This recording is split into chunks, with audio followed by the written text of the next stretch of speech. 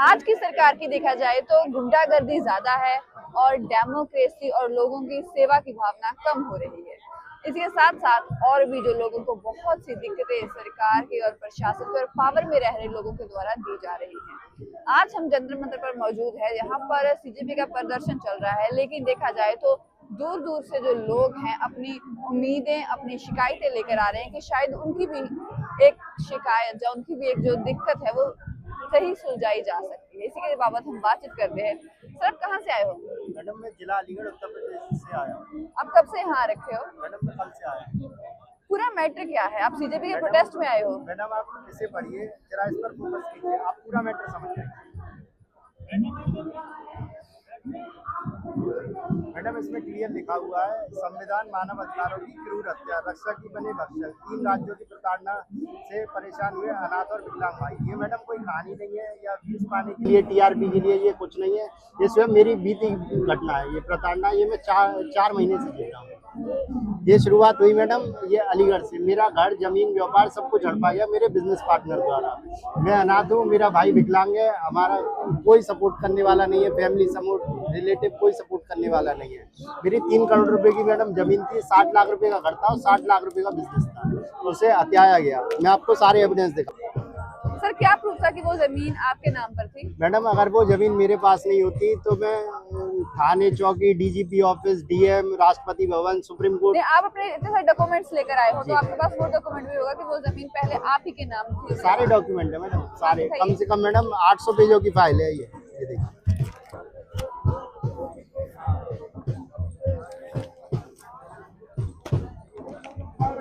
ये देखिए, ये उस जमीन का खसरा है। हाँ। ये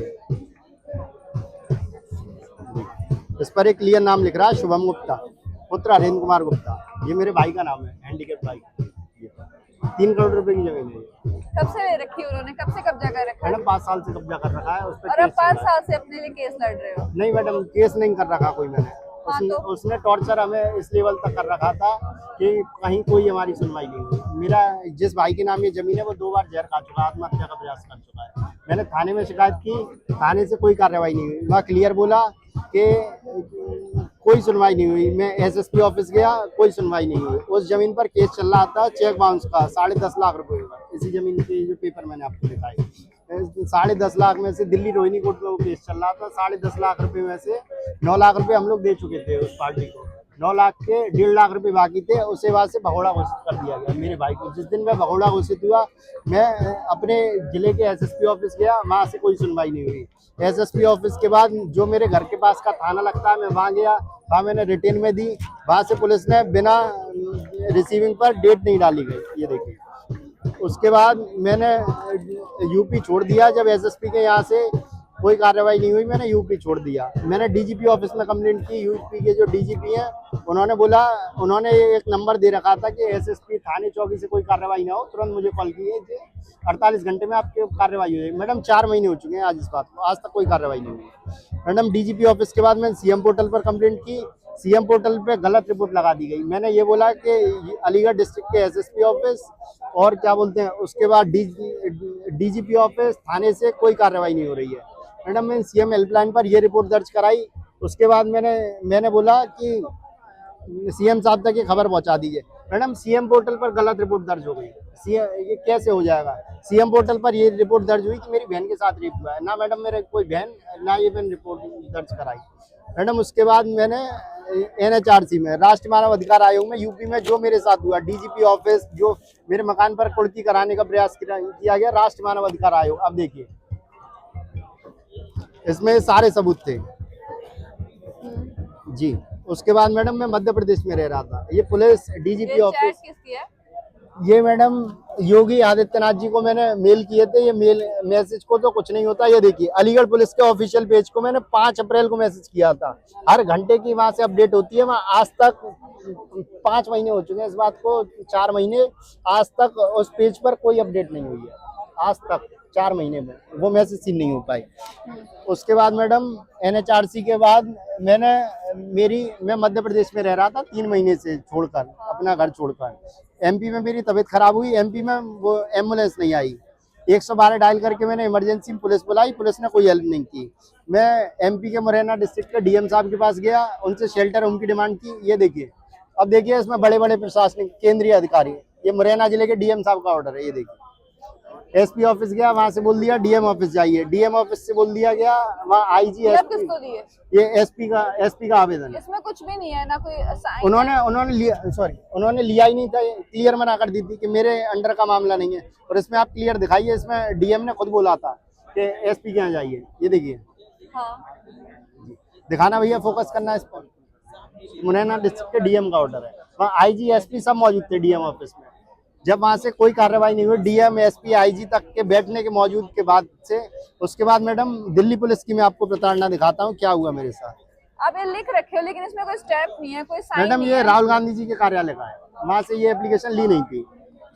ये उनके जन्मदिन से, आप दिल्ली पुलिस द्वारा देखिए, नई दिल्ली रेलवे स्टेशन पर मेरा फोन चोरी हुआ, उसकी शिकायत दर्ज नहीं की गई। फोन चोरी की एकमात्र आप देखिए, फोन चोरी की शिकायत दर्ज नहीं हुई। वहाँ जो कंप्यूटर पर मैडम बैठती है, उन्होंने पता है मुझसे क्या बोला केंद्र सरकार की पुलिस ने, कि मेरा मन नहीं है। केंद्र सरकार पुलिस अपने मन के हिसाब से काम करती है। नाइट और डे की दोनों शिफ्ट की मैडम बैठी थी।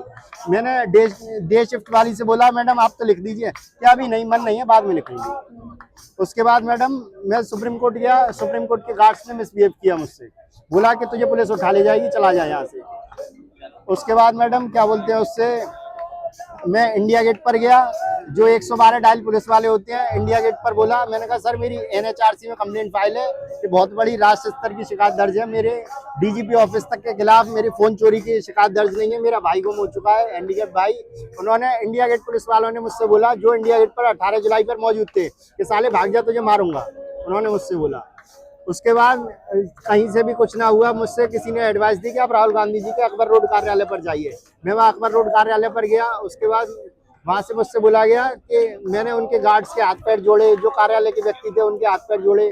वहाँ मैं भूखा प्यासा 12 बजे से बैठा रहा। उन्होंने बिस्किट नमकीन मुझे दिए थे। वहाँ रात को 11 बजे 2 व्यक्ति आए थे सफारी सूट पहनकर, बाउंसर जैसे। मुझसे बोलते हैं कि ओए कौन है तू? मैंने कहा सर मुझे राहुल गांधी जी से मिलना है, कल उनका जन्मदिन है, मेरी एनएचआरसी में कंप्लेंट दर्ज है। एकदम रौब से बोलते हैं कि पता है तुझे हम कौन है? मैंने कहा, हाथ जोड़े उनके। मैंने कहा सर मुझे, राहुल गांधी से ऐसा कोई भी नहीं मिल सकता। मैडम मैंने उनके कार्यालय पर ये अपनी शिकायत दी थी, ये एप्लीकेशन थी। शिकायत का कोई और तरीका होता, लेकिन घर पे जाके मिलने का कोई तरीका नहीं। मैडम मैं घर पे नहीं गया, उनका जो अकबर रोड स्थित कार्यालय है 24 नंबर या 26 नंबर पर, मैं वहाँ गया। कितने बजे गए थे? मैडम आप 12 बजे के बाद मैं पता करा लीजिए। रात को? दिन में 12 बजे से रात को 11 बजे तक मैं वहीं था, आप पता करा लीजिए। ये मैंने एप्लीकेशन लिखी थी राहुल गांधी जी के लिए। इसमें स्पष्ट जिक्र है कि पुलिस ने कोई कार्रवाई नहीं की। मेरे पास फोन नहीं है। आप ये एप्लीकेशन तो किसी काम के नहीं है, आपको कोई स्टैंप नहीं है इस पे। मैडम राहुल गांधी जी के